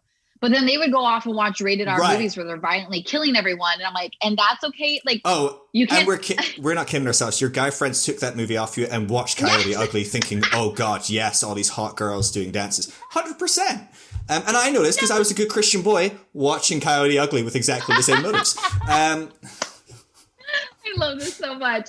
Yeah, so I've always had this desire. And whenever, especially my last few years, when I started going to more queer spaces and I would go to burlesque shows and drag shows, and I'd lean to my friends like, oh my God, my next lifetime, I'm totally doing this. And they're like, why your next lifetime? And I'm like, it's too late for me. Like, I can't do this in my mid 30s. Like, I'm a mother. And like, Nikole, you're ridiculous. But the desire's always been there. And so really what this whole season of life I'm in right now is simply honoring the desire that's always been there. It's not new. It's not like I'm like crazy and I'm just like, I'm having a midlife crisis. I'm just dying. It's like, it's always been there. I just always had to stuff it down. And I want to say it with this caveat, because I want people hearing this to have this knowing, is anytime you decide to do something, you are not obligated to stay with it a moment longer than you want to. I could decide tomorrow I'm done. And I would not regret it at all. And it doesn't make me a fake. It doesn't make me a fraud. It doesn't mean anything. It just means I've decided I want something else. So whatever you end up wanting to do with your life, you can say yes to it, knowing that any moment you can change your mind. Just putting that out there, because people are like, you're going to regret this, or you just wait till this high burns off. I'm like, well, maybe in a year I don't want to do anymore. So what? Sure. But yes, trying to go from not wearing, anything above the knee and no spaghetti straps to being fully nude, fully spread for people to enjoy is quite elite. And the journey that got me there is realizing A, who I am is inherently good, not wicked or bad. B, God made my body. Why do we have so much shame around it? And C, if we're adults and we're consenting, why can't this be a really positive experience? And so what I have found is, before, if I was doing anything cute and men would catcall or say things, I would be like horrified and objectified and angry and embarrassed. Now when men do that, not that it's okay, but I actually see the deeper heart to it, which is they just see something beautiful or pretty, and that's them trying to compliment it. It may not be the best form of compliment. It may not be the best way to communicate to another human. Like, hey, I see something in you that's really attractive, but I see that. And so I'm able to stay in my power and not make it mean anything about me and not make it mean anything about them, but simply acknowledge, say, thank you. And sometimes if I'm feeling really super feminist that day, like, hey, appreciate that, but there are better ways to do that, right? And so what happens inside my website, where people pay to see me nude, is they'll say certain comments and I can always see their heart behind it. And like, I think part of why they come here is I don't shame them for their desires. I don't shame them for what they feel, what they desire. Like, they can ask me for, not explicit content. Well, that too. Custom content. They can ask for custom content. And I love doing that, because to me, it normalizes their desires, that you're allowed to have preferences. Sure. Yeah. And they also know I have the right to say, I'm not comfortable with that. So if they ask me for something, would you be willing to create this kind of content? And I don't want to, I say, they're like, hey, thanks for asking. I'm not comfortable doing that. But is there something else that you would like? There's no shame. It's just pure open communication between adults who know what they want. And they try to see if it works between us to make it work. If it does, awesome. If it doesn't, it doesn't. Shame is never required. Wow. That's quite something. And I have this weird fixation on like the mindset of people that do sex work. And I think it comes down to my own background as a teenage boy growing up in church, pastor's kids, all the purity culture. Like, my whole relationship with God for the first 20 years was somehow interwoven with sex. Like, it was 100% like, can I pray to God to ask him for something? Well, I have to then run the filter. Like, when was the last time you watched porn? Like, when did you last have this lustful thought? Like, well, have I repented enough of my life good enough? Just everything like that. But I'll frequently scour Ask Me Anythings on Reddit. I don't know if you've come across yes. Reddit, but I love when different sex workers, oh, hey, I'm a prostitute, ask me anything. Hey, I'm a cam girl, ask me anything. And I love, especially people that are working in ethical porn. To be honest with you, I'm quite fascinated by people that haven't worked in ethical porn and worked in very unethical porn, because that's very important. We need to raise awareness of that massively. Yes. But people that work in ethical porn, and you read the answers to their questions that they get, and you just think, wow, these people are totally normal, put together people. They're not any of the, God, the church would not describe these people as totally normal, well put together, blah, blah, blah, right? It's the things that you're saying. Oh, they must have been abused. Oh, they must be a Jezebel, or they've got a demon, or, who knows what else, or they're just acting out. They're rebelling against the church, or, whatever it is. And it just fascinates me looking at the mindset of people, a lot of people going, you know what? I really love my body. I love expressing it this way, whatever it is. And I just think, yeah, that makes sense. I don't have an issue with people using their erotic capital for whatever it is that they feel that they want to use it for. If they're going to enjoy it, if it's consensual, whatever it is.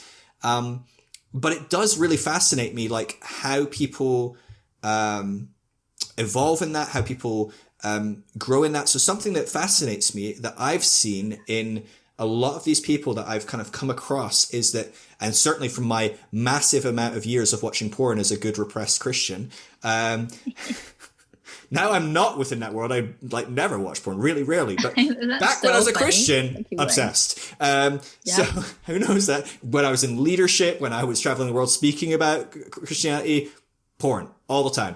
Yeah. Now, whatever. Fascinating. But, there's a component of stuff like porn. There's always this one-upmanship component to it. There's always a dynamic of people pushing their boundaries, people that get addicted to porn, constantly looking for a new high, a new next level. Even people within porn in the industry, certainly within unethical porn. I don't know how much this goes on in ethical porn where people set their own boundaries and limits and stuff, but certainly where that's less so much of a thing, there's always a push of like, oh, well, you've done that before, can you do this? Or we've seen you topless, but can we see that? Do you ever feel kind of that component, that pressure, all that kind of stuff going on to be pushing yourself beyond where you're comfortable? Do you have things of going, no, this is my line and I'm comfortable there, and that's open to change, I'm sure, like, you're able to decide what you want to do, but do you feel a pressure from when people are going, hey, I want you to do this, and you go, no, I'm not going to do that? But is there a part of you going, probably will at some point though? I can see that trajectory, or like, how does that play in? I love it. Fantastic question. I don't feel it as pressure. I feel a desire. So I never feel external pressure to do anything beyond what I want to do in the current moment. Even though I have a bunch of people requesting this kind of content, like there's no pressure from them. And that's something I love about my people who sign up for my site. They are so honoring of my boundaries and what I want. So when they ask me, Nikole, will you create this content? I'm always like, thank you so much for asking, because I think it's incredibly vulnerable to ask for what you want. And I will always honor that. And then I say, I'm not doing that at this time.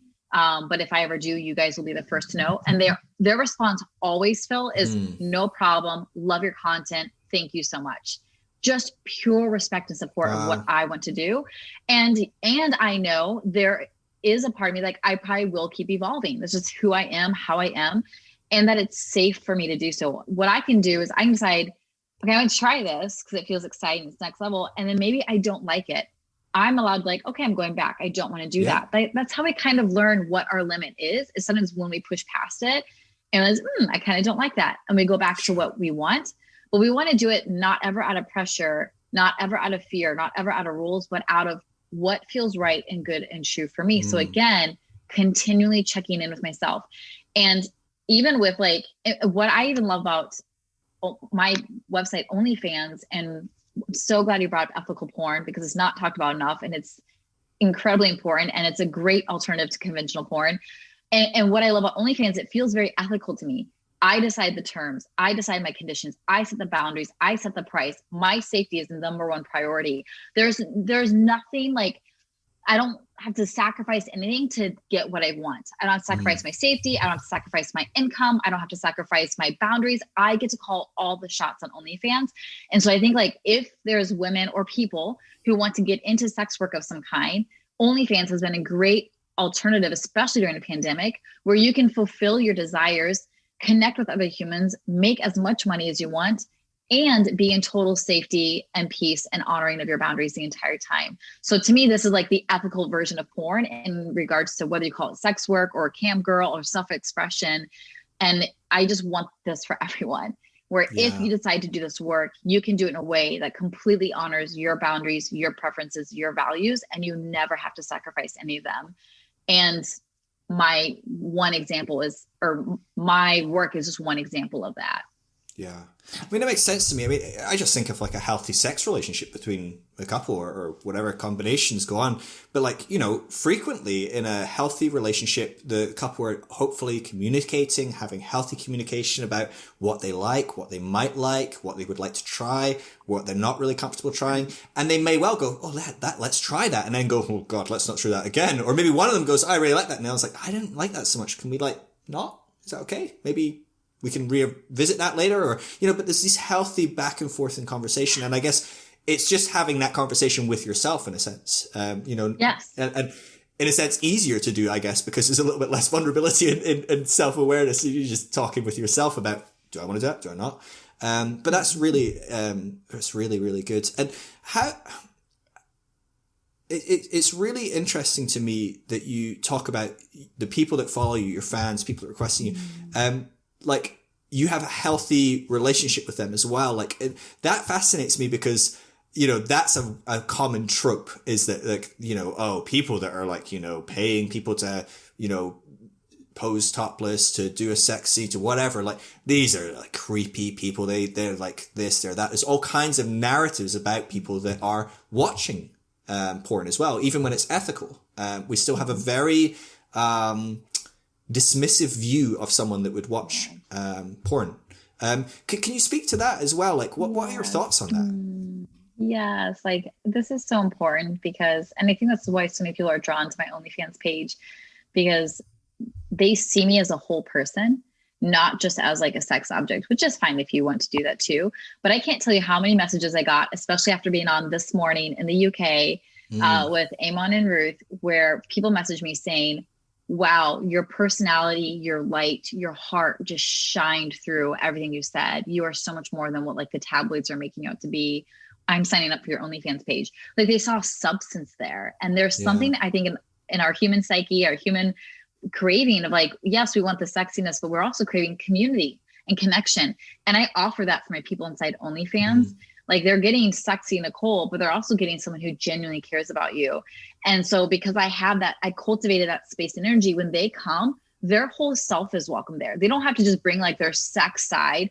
I tell me about your work. Tell me about your travels. Tell me about who you are. What do you enjoy doing? And we have these amazing conversations as a group, but even in our messages one-on-one, that are just so life-giving, and they're such good humans. And I love how respectful they are. Like it sounds silly, but like they'll be like, is it okay if I send you a dick pic? I'm like, thank you so much for asking me, for just sending me a dick pic. A lot of people do not ask. Yes, I'm gonna give credit where credit is due. Like, thank you for asking. And even for me, like we hear like the trope of like, oh, men who send dick pics are really gross. But the way I view it, to send a dick pic is incredibly vulnerable. You just sent me a picture of like the most intimate part of yourself. I now have the power to absolutely ridicule you or like build you up. I have that power. And like, so when someone sends it to me, I see it as like, wow, they really trust me. And maybe I think I give a lot of benefit of the doubt to people. But I take it like as an honor of like, how can I build someone up and like have them walk away with a better experience than when they first entered my space. And they'll even feel that. It's not even just like how I respond, but it's like the energy. They're like, wow, like there's something more here than just like your typical shallow version or understanding of sex workers or people who subscribe to that kind of work. It's and like, I can't tell you how many messages I get, Phil, who say, I found your story and I wanted to support you in some way. And I'm so happy I can do this, because they're literally paying me every month and they're doing it to support me. That means a lot to me. Like this is how I make majority of my income. So it's not just like a side thing. Like this is what provides my livelihood for me and my children and this life I'm building. I'm deeply grateful to people who consciously and intentionally choose to be a part of that. And there's a community there. Yeah. No, that's just beautiful. I mean, I'm the same. I do everything I do for free, and it's entirely through kind of Patreon and things like that. And there's an element. I mean, OnlyFans is basically a X-rated Patreon, right? It's an adult entertainment version of Patreon. I know that other people are on OnlyFans as well, but that's the kind of gig, right? You're creating communities and support systems for entertainers in a different field that Patreon apparently aren't so keen on. But Can you tell me, because we're wrapping up not long, and I really want to go into how has your spirituality been informed through what you do now? Like, how has that affected how you see spirituality, the divine? I don't know if you believe in a God, where you stand, what that looks like for you, but what has happened to your views in the world of spirituality through the journey you have taken? Yes. It goes back to what you said earlier, Phil, where the people who are leaving the church in droves still feel very spiritual. I am one of those. I have never felt more spiritual in my life. I have never felt more connected to God in my life than I do now. And I feel like so much of what I'm doing now is returning to who I always was, this beautiful child of the divine, who is safe, who is worthy, who is deserving, and where pleasure is seen as a good thing, not something to fear. And I did a nude photo shoot a couple weeks, 3 weeks ago, and I did it in the woods. And I like laughingly joked to myself, like, oh my God, I'm Eve in the garden. I just brought it all the way back, bitches. And it like cracked me out, because I felt like literally I've peeled off all the layers, like belief wise, but also clothing wise. I'm standing here in nature as God had originally created. And I found it really beautiful and holy. And so this journey has been one long journey home to who I am that feels very spiritual, very holy, very sacred. And I think that's why people feel so drawn to me, because I'm not just your trope of a sex worker. There's substance and soul here, and really beautiful, sexy things that come with it. So I've left the Christian faith and have very like spiritual and more woo beliefs. But when you've been indoctrinating something that like that your whole life, as much as you try to leave it behind, it will always be a part of you. It will always inform you to a degree, and it will always influence you in some way. So I've just accepted that as a part of myself. I mean, that even me saying, oh, I'm Eve back in the garden, that is a very Christian way of thinking and perceiving me. So like, as much as I've left it, it's still very part of me. And I've just accepted that, and am excited to see where it still has yet to lead me. Yeah. It's such an exciting thing to start to grow outside of a box, you know, and when you step out of the box, you look back and go, oh yeah, that's where I was. That's how I grew. It's like looking back at yourself as a kid or something. You look back and think, oh God, what an idiot I was or whatever. But you don't go, that wasn't me. That's who made me who I am. And whilst a lot of that can be like, God, that's what made me who I am, and that's why I'm in therapy. A lot of it can be, and that's why I am an artist. That's why I can speak so well publicly. That's why I can, foster great community around something that and other people in this area aren't creating the same sort of amazing communities, or whatever it is. You know, like you're going to be bringing stuff from your journey that is beautiful and very unique because of it. That's awesome. That's really interesting. I agree. Yeah, I think we don't need to focus as much like getting rid of it all. Like it's kind of we want to out of like anger and hurt, like feeling like you've been duped your whole life. Throwing it all away. I went through that stage, and to more just accepting this is where I've come from, and it doesn't have to define you. It doesn't have to be the end of you. This can just be the catalyst to a whole new beginning. And so I see my past and my upbringing as just that. This is just a starting point to a damn good story, as one of my life coaches once said. And now I'm fully available for the story that I want to live. And this just helped me bring me to this point. Wow. I love it. I absolutely love it, Nikole. I really appreciate you taking the time to chat about this stuff. And man, I feel the thing is with this, what I do seems like sex just comes up every podcast, any person I talk to, any context. It was always going to come up with you, of course, but I mean, it's just such a huge area, and it is such a massive fracture in so many people's lives that have come out of kind of Christianity, evangelicalism, whatever it might look like. These kind of more fundamental approaches to sexuality can cause some real harm. And whether people agree or not with whether they would draw lines in the same place that you draw them, I'm sure people can definitely see that there has been some radical healing of that and freedom for you to grow through that. And I think that's a beautiful and exciting thing. And I'm excited to see how this all pans out for you. But it sounds like it's doing really well, which is great. I mean, that's the dream. And I think there's a component, right? Everyone's waiting for you to do badly so they can say, see, we told you. Like, you know, anyone that leaves, everyone wants them to screw up so that it kind of validates them for staying almost. Yes, exactly. It just shows. it reveals who they really are and has Of nothing to course. do with you. And Yeah. it's kind of sad, but true for a lot of people. Yeah, but I mean, honestly, the amount of people I talk to that and there's no shame in this because everyone's journey is their own, and everyone has to come out in their own space, how they feel safe, and some people are not safe to do that either. But how hard it is for some people to just tell their family, hey, I'm not sure I believe in hell anymore, or hey, I'm not so sure God really has a problem with gay people. They're not even saying I'm not a Christian or I'm gay or I'm not going to church anymore. It's just a slight thing, and they're like, gosh, that is huge. The thought of what you're doing, being so brave about it, being so open about it as well, so public, and not worrying, oh gosh, will my kids have friends at school? Oh gosh, will, every person I know reject me and I'll be die alone in my apartment or whatever, maybe you have had those thoughts, right? that's the head down, carry on, Nikole move.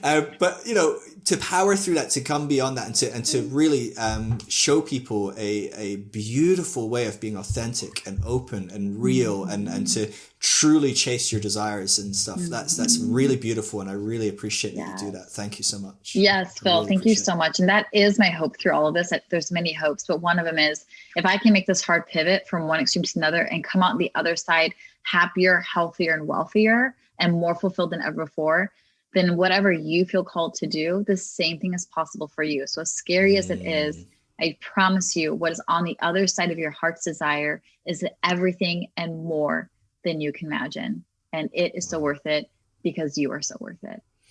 Thank you for hearing my story. Thank you for having me, Phil. I feel very grateful. This was a fantastic conversation. Really, really appreciate you. Cool. Well, maybe we can check in next year or something and see how you're getting on and dive in a bit more. How can people track with what you're doing? And there's probably a whole spread of, ways, because I know you've got your coaching stuff, you've got your OnlyFans, you've put stuff on YouTube and stuff. I think I glanced at YouTube and it looked like you haven't been as active on there recently. Is that fair to say? Correct. So is it mostly OnlyFans kind of, and your coaching? Is that your kind of two main things that you're kind of focusing on? Yes, those are my two main businesses. I'm really active on social media. So Facebook and Instagram, I'm super active on. So come say hi, come follow me. I always interact as much as I can in the comments, in my messages. That's how Phil and I found each other. The power of Instagram, the power of social media. I have a website, NikoleMitchell.com. But come over and say, hey, I'd love to have you guys. Awesome. Great. I'll make sure. And tell me about your coaching. Tell me just briefly, because we got a few more minutes, and I want people to know what is available here. Because like people are saying, you're saying there, the person that you sought out when you thought I need a coach, you thought I need someone that ticks the boxes of where am I going. And I guarantee some people are hearing what you're talking about, and they might not be thinking I'm going to become a cam girl or whatever. That's not my thought. But I look at you and I think, gosh, this is someone that really knows who they are. They're someone that really is pursuing what they're about. They're chasing their dreams. They're very successful. You're ticking boxes for people who are going, oh, maybe I need to look at some coaching or look at something along those lines. So talk to me about that. What does that look like for people? So I highly recommend life coaching. That's why I'm leaning really weirdly. You're allowed. I highly recommend life coaching for everyone. Not that anyone needs it, but if it resonates with you, look into it. And I always tell people, you want to hire not just any life coach, you want to hire a life coach that you resonate with, that is emulating a life that you want to live, and not saying exactly like mine, but the elements that, like happy, thriving, successful, making this much money. Someone that inspires you, that has you keep coming back for more. That's the coach you want to hire. And so for me, what I offer one-on-one coaching. So that's like my premium package, where you have a weekly hour call with me every week for 6 months or 12 months, depending how long you sign up for, and unlimited support between our calls through texting and voice support. So you want powerful support to get you to the next level, and you want to get there really fast, one-on-one coaching is the way to go. I also have a mastermind I run, and this is really great if you're wanting community. You want to be a part of a container where you're not the only one rising up, saying yes to your dreams. You don't want to feel you're alone or you're crazy. This is such a sacred container where we also have weekly group coaching calls. And then they have unlimited support in a group Voxer chat in between our calls. Such a beautiful place. And then I offer all kinds of digital programs. I have a class called Sexy and Free, which is all about feeling safe in your self-expression and your sexuality, and even how to get into modeling if that's something you want to do. I have a class called How to Unfuck Yourself, which is all about getting out of your own way and stepping into your power and actively creating the life of your dreams. I have a class called How to Monetize Your Shit, because if you can learn how to monetize your personality, your energy, your essence, no matter where you go, no matter what you do, you can make a lot of money. So I have like 10 classes or courses you can take online that are just so good and is a great introduction to personal development work if you're wanting that, or as a side nourishment as you do coaching. And all my one-on-one clients get free access to all my courses and programs. But I love it. I have something for everyone. I post daily content for free for everyone because I want everyone to have access to this information. And if you apply what I post for free, your life will change. And then I have anywhere from $200 to $25,000 packages, just depending what you want and where you're at in life. And I love it because I want to reach as many people. I want to help as many people because I want you to have your best life. That's and awesome. You can have it so much sooner than you think. Amazing. Wonderful. Well, I'll make sure that there are links to your social media, to different stuff in the show notes. And so people can like look below this video or on their phones and they'll find it. But yeah, I assume if people just find you on Instagram, there'll be a link in the bio. Most people are on Instagram. Yes. They can go from there and they'll find most of your stuff. But yeah, Nikole, yes, thank you so much. I really appreciate it. I hope you enjoy the rest of your Zoom calls today. It's early for you. I'm finishing my day and you're probably just starting it. Yeah, I hope you don't feel too much of the Zoom lag by the end of the day. But it's been really lovely having you on. I really appreciate it. It's been so good. All right. Well, take care. Love you. Catch you later. Bye. Okay. Bye.